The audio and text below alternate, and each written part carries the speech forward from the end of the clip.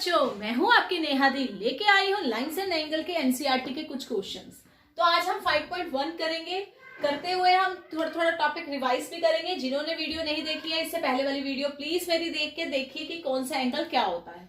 Find the complement of each. Complement of each का मतलब क्या होता है? आज के लाइफ में बात कर रहे हैं तो कॉम्प्लीमेंट क्या होता है? मैंने इसकी तारीफ करी, आपने भी उसकी तारीफ करी। दैट मीन्स एक दूसरे का जस्ट पूरा का पूरा अदला बदली, राइट।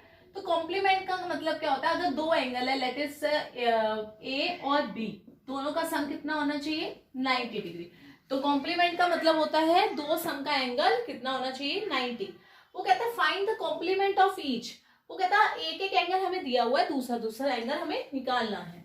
तो हमारे पास एंगल ए जो है वो दिया हुआ है 20, तो एंगल बी हमें निकालना है। That is a complement to each other, ठीक है।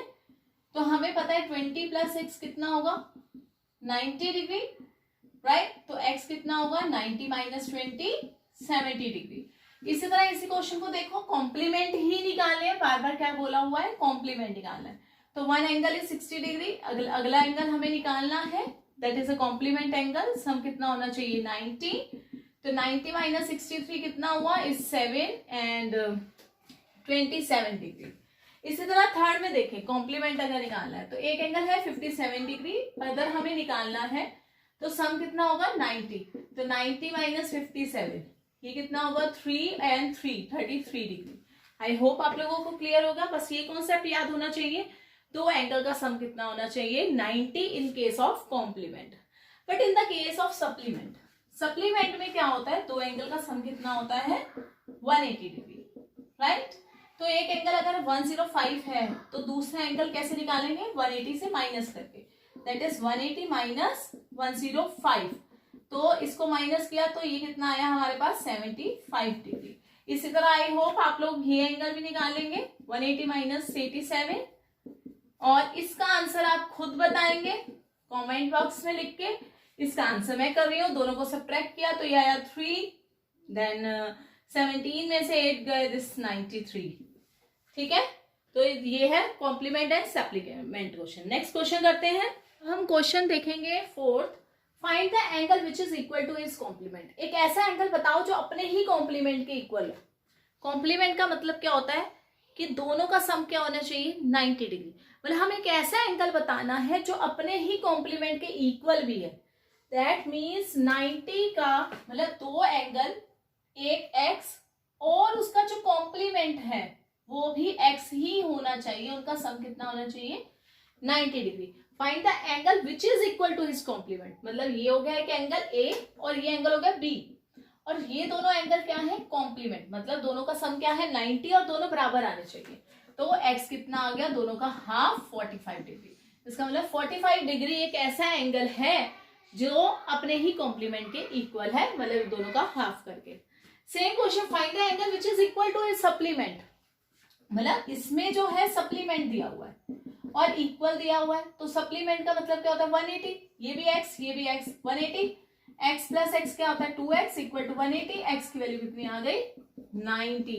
इसका मतलब 90 डिग्री जो एंगल है वो अपने ही कॉम्प्लीमेंट के इक्वल है। अगर मैं इसको ग्राफ की तरह करूं, ठीक है, तो ये होता है हमारे पास, अगर 90 डिग्री है, कॉम्प्लीमेंट का डजंट मीन कि सेम ही साथ संग संग होने चाहिए, एडजस्टमेंट का कोई लेना देना नहीं है, बट हम लेके चल रहे हैं, ठीक है। तो इसका अगर मैं हाफ करूं तो ये 45 है, तो ये भी कितना होएगा? 45, तभी दोनों का सम 90 बनेगा। इसी तरह ये अगर 90 है तो इसका सप्लीमेंट भी कितना बनेगा? 90 डिग्री। इसी तरह नेक्स्ट क्वेश्चन को देखो, 1 and 2 are supplement to each other. वो कहता है 1 और 2 सप्लीमेंट है, मतलब 1 और 2 का सम कितना है? 180 डिग्री। इफ 1 इज डिक्रीज्ड, अगर मैं एक को कम करती जाऊं, मतलब ये फिगर कुछ कुछ इस तरह आती जाए, पहले इस तरफ करी, मतलब 1 छोटा कर दिया, फिर मैंने इस तरफ करी, फिर छोटा कर दिया, फिर इस तरफ करी, फिर छोटा कर दिया, तो 2 को क्या फर्क है? इफ 1 इज डिक्रीज्ड, अगर एक को कम कर दूं, what change will be in the 2 में क्या चेंज आएगा? अगर मैं सिंपल सी फिगर है, ये 2 यहां ना करके यहां कर दूं, अगर सपोज करो 2 यहां आ गया, तो 1 क्या हुआ? डिक्रीज हुआ, इंक्रीज हुआ? ऑफ कोर्स, अगर 1 जो है डिक्रीज हो रहा है तो 2 क्या होएगा? इंक्रीज। तो 2 क्या हो जाएगा? इंक्रीज। एक कम होगा तो दूसरा क्या है? ऑब्वियस ही बात है, बढ़ेगा ही बढ़ेगा। Is it clear? Next question करते हैं, can two angle be supplement if both are. वो कहता है कि दो एंगल है वो सप्लीमेंट दिए हुए हैं, मतलब एक एंगल ए है और एक एंगल बी है। सप्लीमेंट का मतलब एंगल क्या होएगा? 180 डिग्री। मतलब अगर मैं फिगर लूं तो एक एंगल 1 और एक एंगल 2 क्या हो गया? 180 डिग्री। वो कहता है क्या दोनों एंगल इफ बोथ आर, उसने क्या लिखा है? बोथ, दोनों की बात करेंगे। क्या दोनों एंगल एक्यूट हो सकते हैं? अब एक्यूट एंगल क्या होता है? जो 90 से छोटे होते हैं। तो वो कहता है क्या दोनों एंगल 90 से छोटे हो सकते हैं? कैसे हो सकते हैं? अगर सपोज करो 90 से छोटे हम एक 85 भी ले लेते हैं, उसके नियर बाय भी ले लेते हैं, एक 75 भी ले लेते हैं, तो दोनों का जब भी मैं सम करूंगी ये कितना आ रहा है? 160। वो 180 से छोटा आ रहा है। हमें ऐसे चाहिए एंगल जिनका सम कितना होना चाहिए? 180 डिग्री। तो एक्यूट तो नहीं हो सकता। वो कहता है ऑब्ट्यूज की बात कर लेते हैं। ऑब्ट्यूज का मतलब क्या होता है? जो 90 से बड़े होते हैं। लेट अस सपोज एक 105 और एक 100 ले लेते हैं, पास पास की बात कर रहे हैं। 502 ये 180 से बहुत बड़ा आ रहा है, तो एंगल ऑब्ट्यूज भी दोनों नहीं हो सकते। बोथ की बात कर रहा है, दोनों एंगल। वो कहता है अगर 90 हो, वन भी 90 दूसरा भी 90, 90 प्लस 90 कितना आता है? 180। यस, अगर दोनों एंगल 90 होगा तो ये दोनों सप्लीमेंट हो सकते हैं, अदरवाइज नॉट। मतलब दोनों के केस में अगर सप्लीमेंट है तो या एक एक्यूट या एक ऑब्ट्यूज होगा। मतलब अगर एक 105 है तो एक अगर 75 है, मतलब एक ऑब्ट्यूज और एक एक्यूट, तो 180 बन रहा है। अगर दोनों ऑब्ट्यूज ले ले तो भी नहीं बनेगा, दोनों एक्यूट ले ले तो भी नहीं बनेगा, अगर दोनों राइट ले ले तो जाके बनता है, राइट। अब अगला क्वेश्चन ध्यान से सुनेंगे। An angle is greater than 45। एक एंगल है, सपोज करो हमें क्या दिया हुआ है? कॉम्प्लीमेंट्री टोटल एंगल कितना होना है? 90 डिग्री। तो एक एंगल 45 से बड़ा दिया हुआ है, ठीक है। एंगल ए जो है वो ग्रेटर देन 45, मतलब जो पहला एंगल है वो 45 से बड़ा है। वो कहता इट्स कॉम्प्लीमेंट्री एंगल, जो हमारा कॉम्प्लीमेंट्री एंगल होगा, एंगल ए तो 45 से बड़ा है, लेट इट बी 50 डिग्री। इसका कॉम्प्लीमेंट्री एंगल मतलब बी हो गया, तो b प्लस 50 इक्वल टू कितना हो गया? 90। तो b की वैल्यू कितनी आ गई? 40। क्या वो कहता कॉम्प्लीमेंट्री एंगल 45 से इक्वल होगा, ग्रेटर होगा, इक्वल होगा या लेस होगा? बताइए क्या होगा? वो कहता कि अगर एक एंगल 45 डिग्री से बड़ा है तो दूसरा एंगल कॉम्प्लीमेंट्री की केस में क्या वो 45 से बड़ा होगा या बराबर होगा या कम होगा? ऑफ कोर्स हमारे पास 40 आ रहा है तो 45 40 से कम होगा। ये बात क्लियर होगी। कोई भी क्वेश्चन इतना कॉम्प्लिकेटेड नहीं होता, बस उसको प्रैक्टिकली आप करके देखिए। अब अगला क्वेश्चन करेंगे ध्यान से।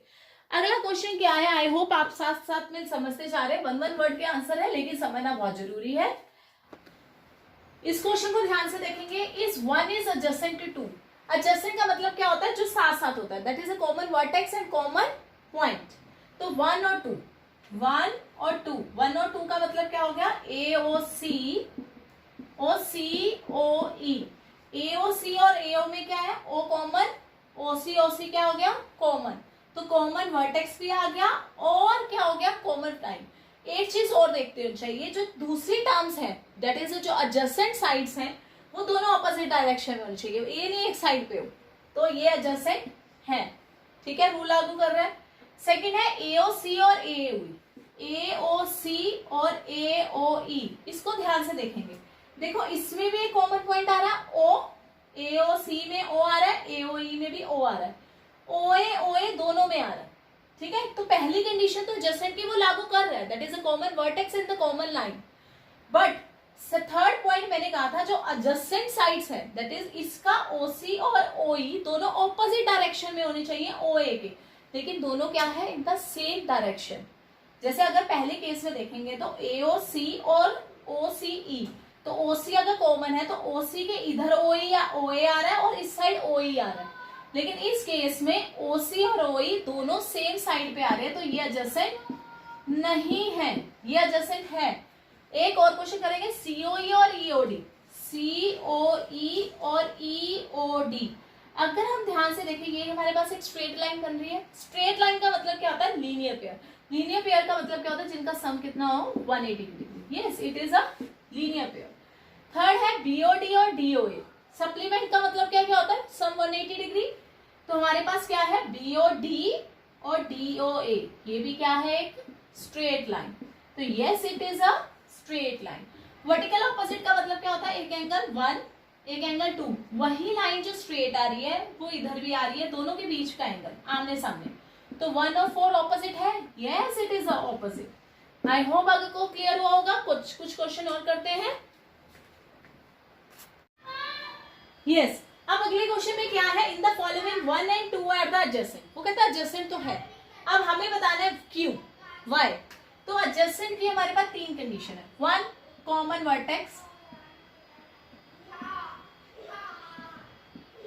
सेकेंड कॉमन लाइन, देन जो नेक्स्ट जो हमारे पास अदर वर्टेक्स है या अदर लाइन है ऑन ऑपोजिट साइड, ठीक है, ये चीजें होनी चाहिए।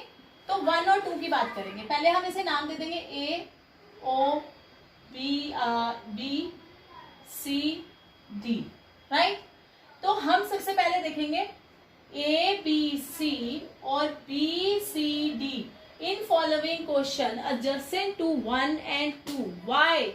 वो कहता क्या 1 और 2 एडजेसेंट है या नहीं है, अगर है तो रीजन बताओ, नहीं है तो रीजन बताओ, राइट। तो सबसे पहले कॉमन लाइन की बात करेंगे, तो सी बी सी दोनों में कॉमन है, ठीक है। Line on the opposite side C D भी आ गई और ए बी भी आ गया, राइट। दो चीजें तो हैं, लेकिन उसने कहा कॉमन वर्टेक्स, इस एंगल में कॉमन क्या है सी और इस एंगल में क्या है बी, तो कोई कॉमन वर्टेक्स है ही नहीं, तो ये 1 और 2 adjacent no, because no common vertex. तो सिंपल आंसर क्या आएगा, कॉमन वर्टेक्स नहीं है, this is the reason. Find the value of x y z, अब ये एक्स वाई जेड की वैल्यू निकालनी है हमें, ठीक है। तो इसको ध्यान से देखेंगे, हमारे पास 2 केस है, पहली फिगर देखेंगे। तो सबसे पहले हमें पता है vertical opposite angle, vertical opposite क्या कहते हैं, 2 लाइनें अगर कट रही हैं आपस में एक कॉमन पॉइंट पे, तो आमने सामने वाले एंगल क्या होते हैं, वर्टिकल ऑपोजिट। तो angle x equal to 55 degree, क्यों, वर्टिकल ऑपोजिट एंगल, तो पहला एंगल निकल गया, वेरी गुड। सेकंड, x और y दोनों क्या है, लीनियर पेयर, क्या है, लीनियर पेयर। लीनियर पेयर का मतलब एक ही लाइन पे लाई करते हैं, तो ये अगर देखा जाए तो x प्लस वाई हो गया, x कितना आ गया 55 plus y equal to 180 degree, तो y की वैल्यू कितनी आ गई 180 माइनस 155, ये आ गया 125, निकल गया। अगेन y आ गया हमारे पास 125, y और z क्या है, दोनों के दोनों वर्टिकल ऑपोजिट, तो दोनों क्या हो गए, ये निकल गया, सिंपल सा था। सबसे वर्टिकल ऑपोजिट y हमने निकाला लीनियर पेयर से, लीनियर पेयर के बाद हमने थर्ड निकाला वर्टिकल ऑपोजिट, ठीक है, क्लियर। इसी तरह इस क्वेश्चन को अगर ध्यान से देखें तो ये क्वेश्चन में क्या आ रहा है, एक लाइन ये कट रही है, ये लाइन एक ये कट रही है, ठीक है। तो वर्टिकल ऑपोजिट आ रहा है जेड और 40, तो जेड की वैल्यू क्या आ गई 40 डिग्री, सिंपल है, वर्टिकल ऑपोजिट एंगल, राइट।